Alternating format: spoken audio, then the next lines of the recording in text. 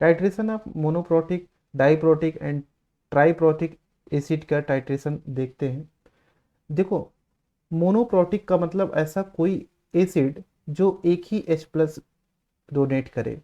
Diprotic का मतलब कि दो H प्लस दे सके। ट्राइप्रोटिक का मतलब कि ऐसा कोई एसिड जो तीन H प्लस दे सके। ठीक है, जैसे फास्फोरिक एसिड। डाइप्रोटिक में आपके जो अमाइनो एसिड होते हैं अनचार्ज्ड pH 7 पे, जो नेट अनचार्ज्ड अमाइनो एसिड होते हैं वो डाइप्रोटिक होते हैं। कुछ एसिडिक और बेसिक नेचर के अमाइनो एसिड होते हैं, वो ट्राइप्रोटिक होते हैं। मोनोप्रोटिक एसिटिक एसिड आपने एग्जाम्पल देख लिया। तो मोनोप्रोटिक का एक बार देख लेते हैं, एसिटिक एसिड का पहला आप कंडीशन देख लेते हैं मोनोप्रोटिक का।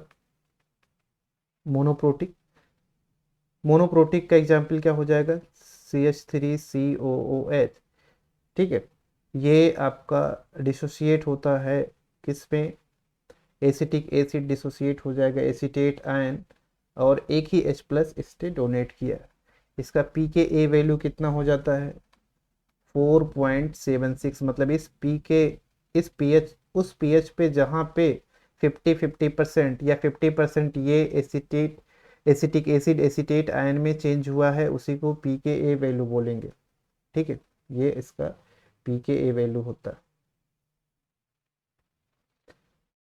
अगर हम अमोनियम आयन को देखें तो अमोनियम आयन भी जो है चेंज होता है अमोनिया में, और एक H प्लस डोनेट कर सकता है। इसका pKa वैल्यू जो होता है वो 9.25 होता है। तो जो अमोनियम आयन है या नाइट्रोजन से जो हाइड्रोजन अटैच होते हैं, वहाँ पे अगला हाइड्रोजन जो है, ठीक है, तीन हाइड्रोजन जो है अमोनिया मॉलिक्यूल में होंगे, और एक H प्लस जो ऐड रहता है नाइट्रोजन पे, उसको रिमूव करने के लिए पीएच काफ़ी हाई होना चाहिए, 50% तब जाके प्रोटोनेट होंगे। तो आप अमाइनो एसिड का जो अमाइनो ग्रुप देखते हो, वो आपका मोर देन 9 pH पे या मोर देन 10 pH पे ही डी प्रोटोनेट करता है। ये इससे आप रेफरेंस ले सकते हैं। डाइप्रोटिक की अगर हम बात करें, देखें यहीं पे अगर हम डाइप्रोटिक की बात करें, तो डाइप्रोटिक जो है, डाइप्रोटिक में एग्जाम्पल में आप क्या आ जाएंगे, एग्जाम्पल में डाइप्रोटिक डाइप्रोटिक एसिड जो दो H प्लस देते हैं, उसमें आपका कार्बोनिक एसिड आ जाएगा H2CO3। ठीक है, वाटर के साथ जब CO2 रिएक्ट करता है तो बन जाता है आपका कार्बोनिक एसिड। क्या बन जाएगा, कार्बोनिक एसिड। और मोर देन 80% जो CO2 का ट्रांसपोर्ट होता है वो कार्बोनिक एसिड के फॉर्म में, ये CO2 वाटर से रिएक्ट करके कार्बोनिक एसिड के फॉर्म में चेंज हो जाता है। अब कार्बोनिक एसिड अगर इसने एक H प्लस दिया, कार्बोनिक एसिड ने एक H प्लस दिया, तो ये बाइकार्बोनेट आयन में चेंज हो जाता है, बाइकार्बोनेट आयन में चेंज हो जाएगा। कार्बोनिक एसिड किस में चेंज हो जाएगा, बाइकार्बोनेट आयन में। और ये होता है इसका pKa वैल्यू 3.77। और यही अभी भी ये एक H प्लस और दे सकता है, एक H प्लस और यहाँ से निकाल लेते हैं, तो क्या बचा, CO3 पे 2 यहाँ का जो pKa है वो 10.2 है। यानी कि कार्बोनिक एसिड चेंज हो जाता है बाइकार्बोनेट आयन में। ठीक है, बाइकार्बोनेट आयन में किस पीएच पे, 3.7 पीएच पे 50% ये मॉलिक्यूल 50% इसमें डिसोसिएट हो जाते हैं।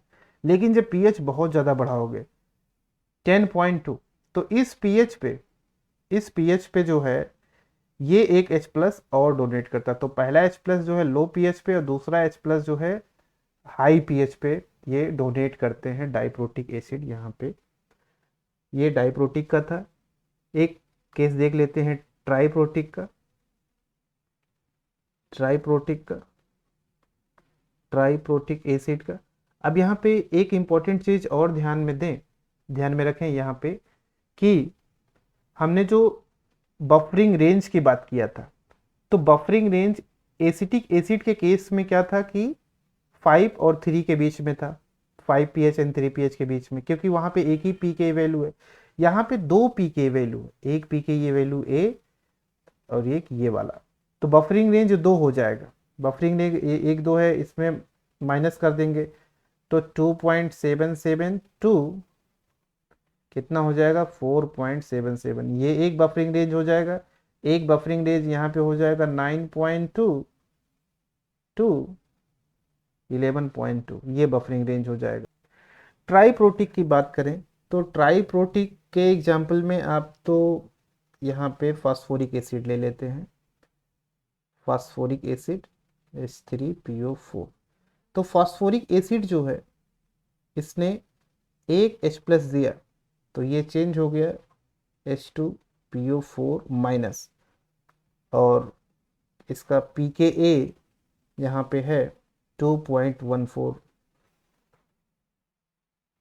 अब एक H प्लस इससे और हम रिमूव कर दें, एक H प्लस, तो ये चेंज हो जाएगा HPO4 2 माइनस। एक H प्लस और अगर हम रिमूव कर दें तो ये चेंज हो जाएगा PO4 3 माइनस। ठीक है, फास्फोरिक एसिड इस तरीके से होता है,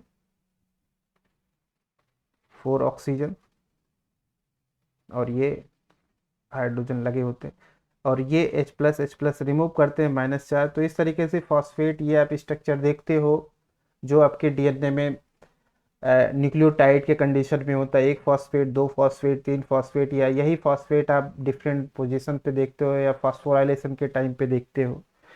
तो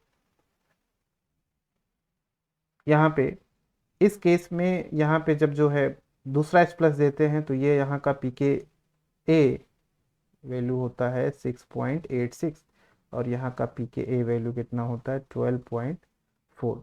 तो यहाँ पे बफरिंग रेंज 3 हो जाएंगे। पहला H प्लस जब दे रहे हैं तो इतना pH जो pK वैल्यू है, इतना pK बफरिंग रेंज मतलब pKa ±1 होता है, तो इतना से एक pH कम या ज़्यादा कर लें। दूसरा H प्लस इस पर्टिकुलर pH पे दे रहे हैं, तीसरा H प्लस इस पर्टिकुलर pH पे ये डोनेट कर रहे हैं। तो ये था मोनोप्रोटिक, डाईप्रोटिक एंड ट्राईप्रोटिक एसिड का प्रोटोनेशन, डीप्रोटोनेशन, ये पर्टिकुलर किस pH पे ये H प्लस दे रहे हैं।